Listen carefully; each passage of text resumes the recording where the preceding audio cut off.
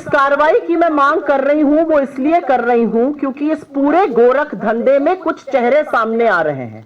एक शुभम जायसवाल का चेहरा सामने आ रहा है, एक अमित सिंह टाटा का सामने आ रहा है, एक सामने आ रहा है आलोक सिपाही का, एक सामने आ रहा है विभोर राणा का। इनमें से अधिकांश लोगों के बड़े प्रगाढ़ संबंध है धनंजय सिंह जी से, और वो बार बार एक हफ्ते पहले एक प्रोमिनेंट न्यूज चैनल को टीवी पर दिए हुए अपने इंटरव्यू में अपना छोटा भाई बता रहे हैं।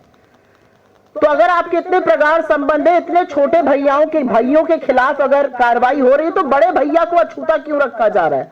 बड़े भैया से भी थोड़ी पूछताछ हो, सच और सामने आएगा। क्यों बड़ी मछलियों को बचाया जा रहा है? भाई बड़ा शौक है ना योगी जी को बुलडोजर चलाने का, लेकिन कुछ समुदायों के खिलाफ बुलडोजर चलता ही नहीं है। उपनाम देखकर बुलडोजर चलता है उत्तर प्रदेश में।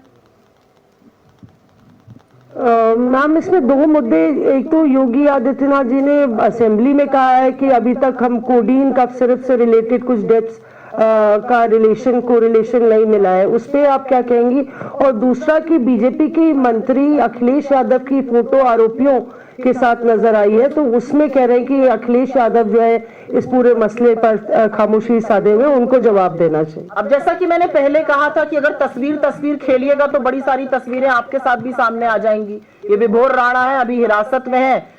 क्या कर रहे थे ब्रिजेश पाठक जी के साथ मुझे नहीं पता, वो क्या कर रहे थे अरुण सिंह जी के साथ मुझे नहीं पता। तमाम नेताओं के साथ तस्वीरें हैं। अब ऐसे तो कहने को हो जाएगा कि नीरव मोदी ने भागने से पहले मोदी जी के साथ कैसे तस्वीर खिंचा ली। तस्वीर मत खेलिए। और एक सूबे के मुख्यमंत्री का खड़े होकर सदन में कहना कि अभी तक इससे कोई मौत नहीं हुई है, ये कितना शर्मनाक है। मतलब आप इंतजार कर रहे हैं कि पहले कोई मर जाए, फिर इसकी संगीनता, फिर इसकी गंभीरता बढ़ेगी।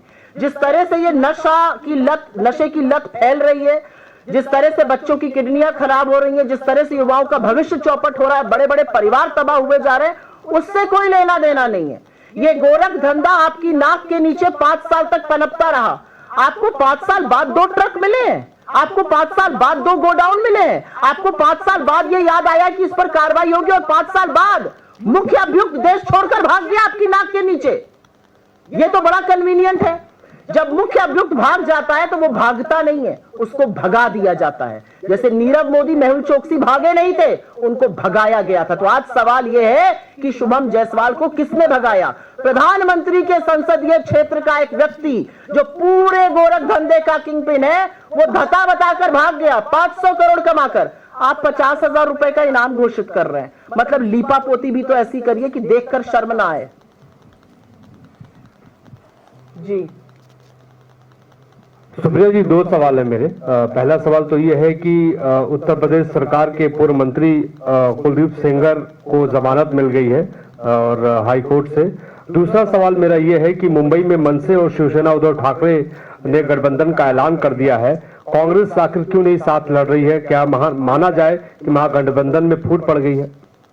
आपके पहले सवाल का जवाब देते वक्त मैं ये जरूर कहना चाहूंगी कि इस सवाल का जवाब मैं सिर्फ एक कांग्रेस की राष्ट्रीय प्रवक्ता या एक पदाधिकारी के रूप में नहीं, मुझे लगता है साधना जी और हम दोनों ही अग्री करेंगे कि एक महिला के रूप में मैं देना चाहूंगी। मैं उस पीड़िता से मिली हूं, मैं उसके परिवार से मिली हूं, उसके साथ वक्त बिताया है।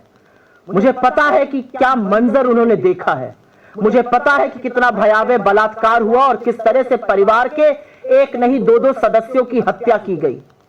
जो व्यक्ति हत्या और बलात्कार का दोषी पाया गया, जब वो रिहा होता है और जब वो जेल से निकलता है महज 6 साल में, जिसको उम्र कैद की सजा थी, सभ्य समाज का सिर झुक जाना चाहिए।